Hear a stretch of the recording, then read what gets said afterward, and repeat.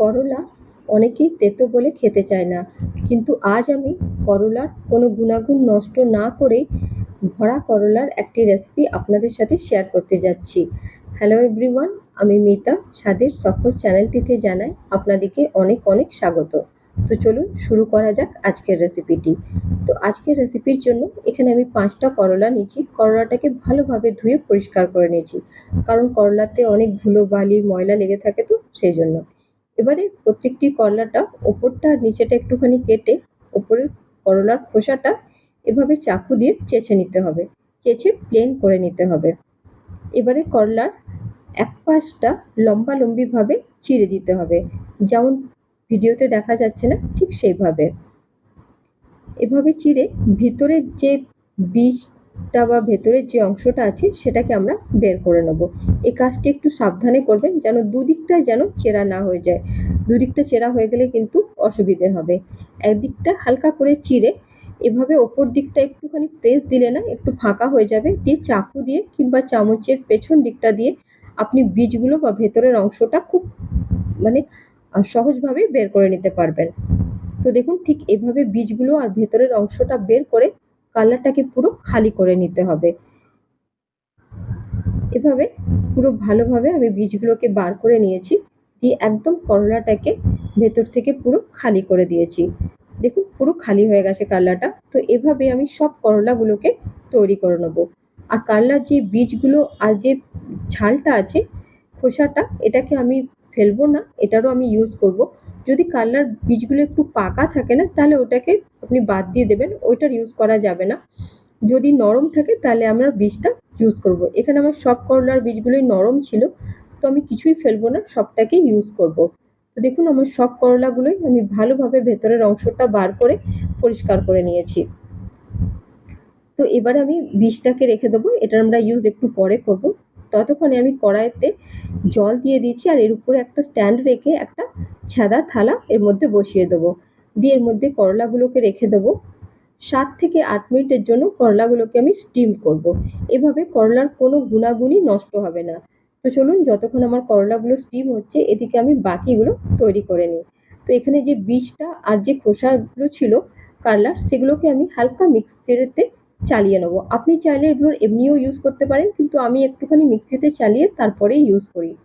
এবার এখানে আরেকটা মশলা তৈরি করব, যার জন্য একটা মিক্সার গ্রাইন্ডারে আমি নিয়ে নিয়েছি 2 টেবিল চামচ ছোলার ডাল, 1 চামচ মৌরি, 1.5 চামচ গোটা ধনে, 1 চামচ জিরে, 8 চামচের মতন কাশ্মীরি রেড চিলি পাউডার, 8 চামচের মতন লঙ্কা গুঁড়ো, স্বাদ মতন নুন, আর হলুদ 8 চামচের মতন। এসব মশলাগুলো দিয়ে এটার একটা আমি পাউডার তৈরি করে নেব। তো এখানে দেখুন আমি মশলাটা একদম ভালোভাবে পাউডার তৈরি করে নিয়েছি। এটার ইউজ আমরা পরে করব। তো এখানে দেখুন 7 থেকে 8 মিনিট হয়ে গেছে, করলাগুলো ভালোভাবে সিদ্ধ হয়ে গেছে। তো এটাকে আমরা একটা প্লেটে বের করে নেব। বের করে করলাটাকে ভালোভাবে ঠান্ডা করে নেব, কেন কি ঠান্ডা হওয়াটা খুব দরকার। তো এগুলোকে চলুন ঠান্ডা হওয়ার জন্য রেখে দিই। এবারে আমি একটা কড়াইতে 1 টেবিল চামচের মতন তেল দিয়েছি, সর্ষের তেল আমি ইউজ করছি। আর এখানে দিয়ে দেবো 8 চামচের মতন জিরে। জিরেটা যখন ভালোভাবে ক্র্যাকল করবে, তখন আমি যে করলার খোসাগুলো আর করলার বীজটাকে যে হালকা করে ব্লেন্ড করে রেখেছিলাম সেগুলো দিয়ে দেবো। দিয়ে এটাকে লো টু মিডিয়াম ফ্লেমে খুব ভালো করে এটাকে ভাজতে হবে। এটাকে কিন্তু খুব ভালোভাবে ভাজতে হবে, তবেই এটা তেতো ভাবটা এটা লাগবে না। যদি এটাকে ভালোভাবে না ভাজা হয় তাহলে কিন্তু এটা তেতো লাগবে। সেজন্য মিডিয়াম টু লো ফ্লেমে এটাকে একটু ধৈর্য ধরে ভালোভাবে ভাজতে হবে। এটাতে আমি দিয়ে দিয়েছি 2টো মিডিয়াম সাইজের কুচি করে রাখা পেঁয়াজ। পেঁয়াজ আর এই করলার বীজ আর খোসাগুলোকে খুব ভালোভাবে ভেজে নিতে হবে। তারপর এর মধ্যে আমি দিয়ে দেবো 1 চামচের মতন আমচুর পাউডার। আপনার কাছে যদি আমচুর পাউডার না থাকে তাহলে আপনি লেবুর রসও এর মধ্যে ব্যবহার করতে পারেন। এবার এগুলোকে খুব ভালোভাবে ভেজে নিয়ে তারপর যে মশলাটা আমরা গুঁড়ি করে রেখেছিলাম সেই মশলাটা আমি 3 চামচ এর মধ্যে দিয়ে মশলার সাথে খুব ভালোভাবে এগুলোকে মিশিয়ে লো টু মিডিয়াম ফ্লেমে এটাকে ভেজে নেব। দেখবেন এটা আস্তে আস্তে এটার কালারটা একটুখানি ডিপ হয়ে যাবে, আর এটা একদম ঝুরঝুরে হয়ে যাবে। আর কালারটাও দেখুন একটুখানি ডার্ক হয়ে যাবে। তো এই স্টেজে আমরা গ্যাসের ফ্লেমটা বন্ধ করে দেবো, দিয়ে একটা প্লেটে এটাকে বের করে নেব। আর এটা যখন দেখবেন ভাজা হয়ে যাবে না, এটার থেকে খুব সুন্দর একটা গন্ধ বের হয়। তো এখানে আমার স্টাফিংটা আর কারলা দুটোই ঠান্ডা হয়ে গেছে।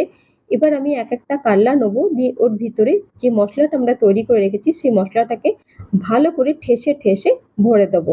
দেখুন যেমন করে আমি দেখাচ্ছি না, ঠিক এমনি করে আঙুলে করে একদম ভালো করে টিপে টিপে পুরো ভালোভাবে এটাতে ভরে দিতে হবে মশলাটাকে।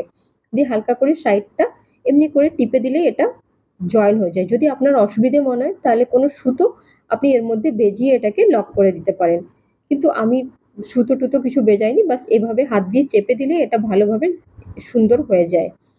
তো এভাবেই আমি সব করলাগুলোর ভিতরে মশলাটা ভরে এটাকে রেডি করে নেব। তো এটা না খেতে দুর্দান্ত লাগে, আর এটা একদম তেতো লাগে না, খুব সুন্দর লাগে খেতে।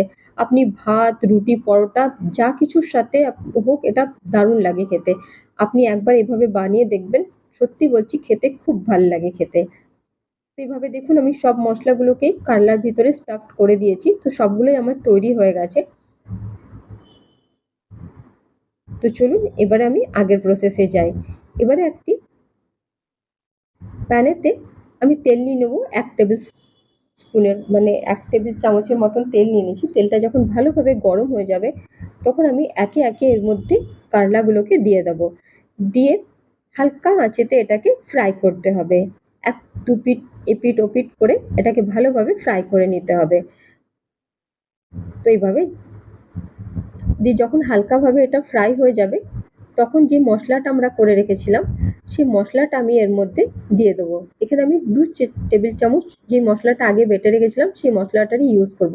এটাতে না মশলা কারলাগুলোর ওপরে মশলাটার একটা লেয়ার তৈরি হয়ে যায়, যার জন্য আরও বেশি এটা ভালো লাগে খেতে, আর একদম ক্রিস্পি হয়ে যায় ওপরটা। তো বাস এটাকে মশলাটার ওপরে ভালোভাবে কোট করে উল্টিয়ে পাল্টিয়ে আমি চারদিকটা ভালোভাবে নেড়ে চেড়ে এটাকে ফ্রাই করে নেবো। তো দেখুন এটা আমার হয়েই এসছে, খুব ভালোভাবে দেখছেন ওপর দিকটা পুরো গোল্ডেন কালার হয়ে গেছে। তো বাস আমার এই স্টাফড করলাটা একদম রেডি হয়ে গেছে। তো এটা আজকে আমি লাঞ্চের জন্য বানিয়েছিলাম। তো এটা ডাল ভাত আর এই স্টাফড করলাটা খেতে জাস্ট অসাধারণ লাগে। কারলার এই রেসিপিটি আপনারা একবার বানিয়ে দেখবেন, আশা করছি ছোট থেকে বড় সবাইকার ভীষণ পছন্দ হবে। যদি রেসিপিটি ভালো লেগে থাকে তাহলে ভিডিওতে একটি লাইক করে আমার চ্যানেলটিকে সাবস্ক্রাইব করবার জন্য অনুরোধ রইল। যদি রেসিপিটি ভালো লেগে থাকে তাহলে ভিডিওতে একটি লাইক করে নিজের বন্ধু বান্ধব আত্মীয় স্বজনদের সঙ্গে শেয়ার করে দেবেন। দেখা হচ্ছে অন্য এক রেসিপিতে, ততক্ষণের জন্য বাই বাই।